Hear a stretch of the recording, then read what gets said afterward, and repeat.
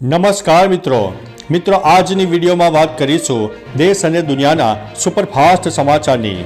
સૌપ્રથમ વાત કરીએ તો 40 વર્ષીય ખેડૂતનું હાર્ટ એટેકથી મોત।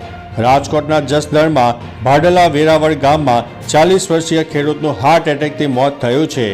મૃતકનું નામ રાયધનભાઈ મિતાડિયા છે। તેમને રાત્રે અચાનક છાતીમાં દુખાવો શરૂ થયો હતો।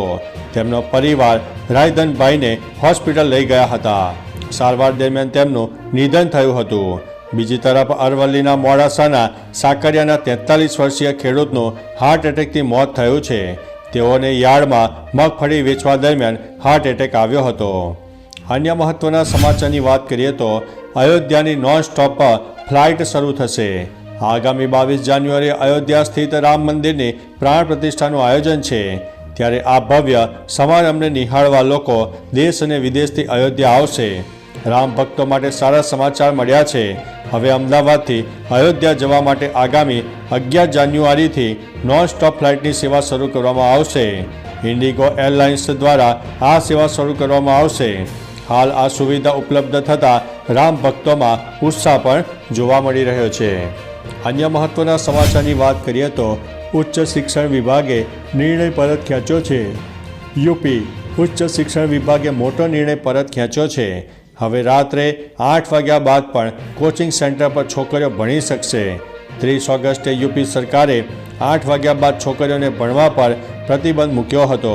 વધુમાં સૂચનો અપાયા છે કે કોચિંગ ક્લાસમાં પુરુષ અને મહિલાઓ માટે શૌચાલય અલગ રાખવાના રહેશે।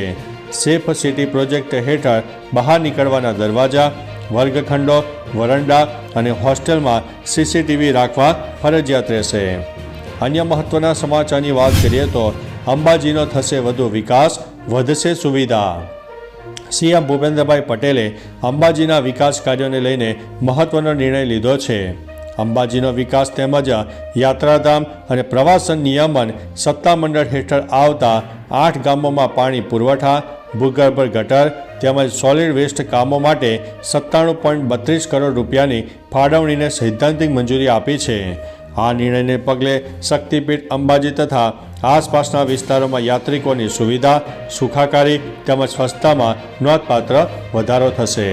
તો ચાલો મિત્રો, ફરીથી દેશ અને દુનિયાના સુપરફાસ્ટ સમાચાર લઈને મળતા રહીશો। ત્યાં સુધી અમને રજા આપશો। નમસ્તે।